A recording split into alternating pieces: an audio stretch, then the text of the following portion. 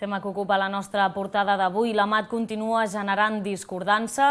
Els alcaldes dels municipis afectats pel pas de l'únic tram soterrat de l'AMAT demanen compensacions econòmiques per l'afectació al territori.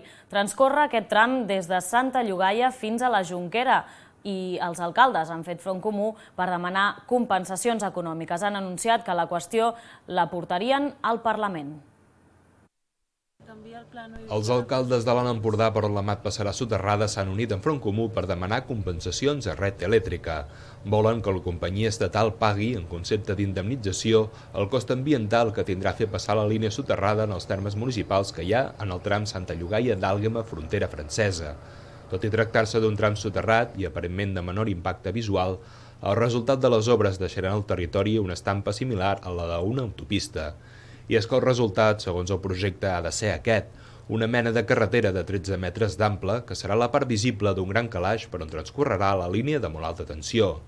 La part visible de l'obra estarà tancada al trànsit i només hi podran circular els vehicles que hagin de fer el manteniment de la línia.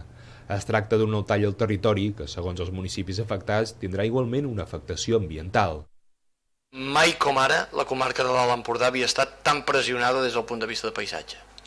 I estem segurament en un dels moments més determinants de cares a l'evolució de futur de la comarca de l'Alt Empordà. Com sabeu, en els propers anys, de forma immediata, s'hauran de concretar moltes noves infraestructures i aquí ens hi juguem tot un model de territori i tot un model social i econòmic, i a mi em sembla que a vegades potser això no s'ha mesurat prou. En la seva condició de diputat al Parlament, Santi Vila ha anunciat que pensa presentar la proposta consensuada amb la resta d'alcaldes afectats per debatre-la a la Cambra Catalana. Recordem que Red Elèctrica descarta compensacions a aquests municipis, en considerar que el sobrecost de soterrar la línia ja es pot entendre com una indemnització.